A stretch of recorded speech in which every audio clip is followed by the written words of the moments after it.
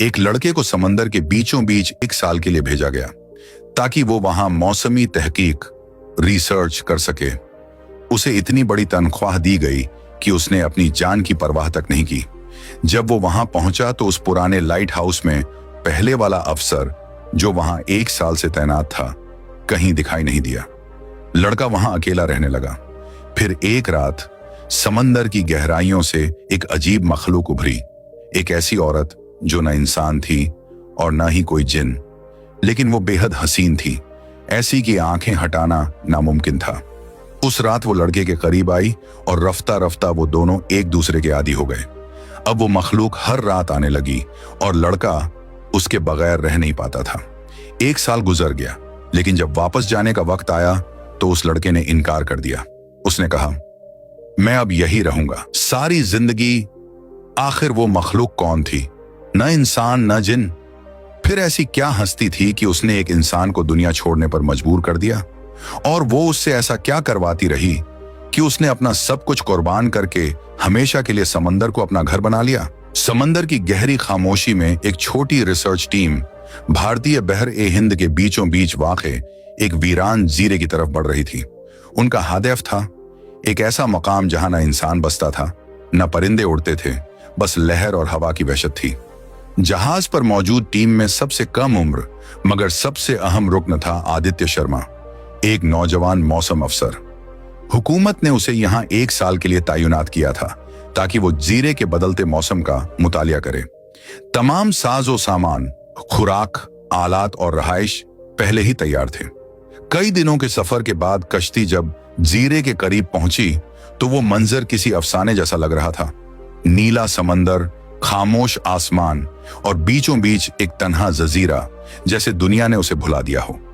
साहिल पर उतरते ही सन्नाटा फैल गया।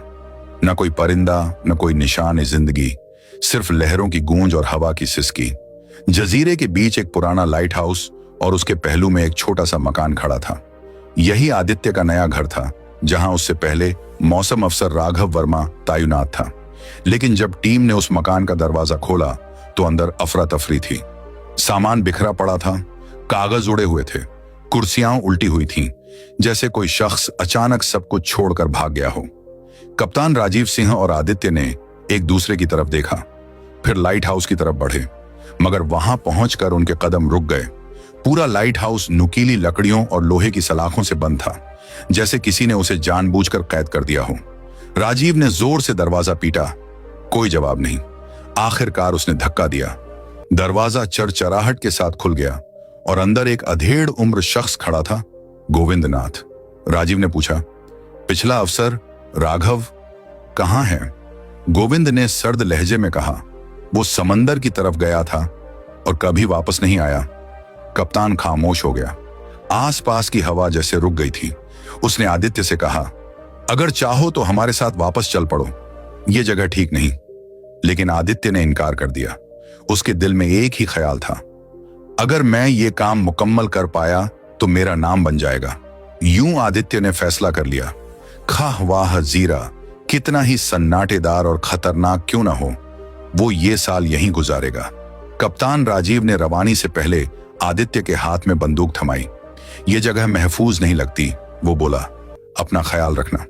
कश्ती के इंजन की आवाज समंदर में मध्यम होती गई और देखते ही देखते वो लोग लहरों के पार गायब हो गए। अब जजीरे पर सिर्फ एक शख्स बाकी था, आदित्य। उसने खामोशी से अपने नए घर की सफाई की, टूटी मेज सीधी की, फर्श झाड़ा और सारा सामान तरतीब दिया। रात उतर चुकी थी, चांद बादलों के पीछे अधूरा चमक रहा था। आदित्य ने एक दराज खोली तो अंदर से एक पुरानी डायरी निकली, पुराने मौसम अफसर राघव वर्मा की। सफ़हें जर्द थे मगर तहरीरें जिंदा। डायरी में जजीरे का जिक्र था और एक रहस्यमय मखलूक का जो रात के वक्त समंदर से निकलती थी। कुछ सफ़हें अधूरे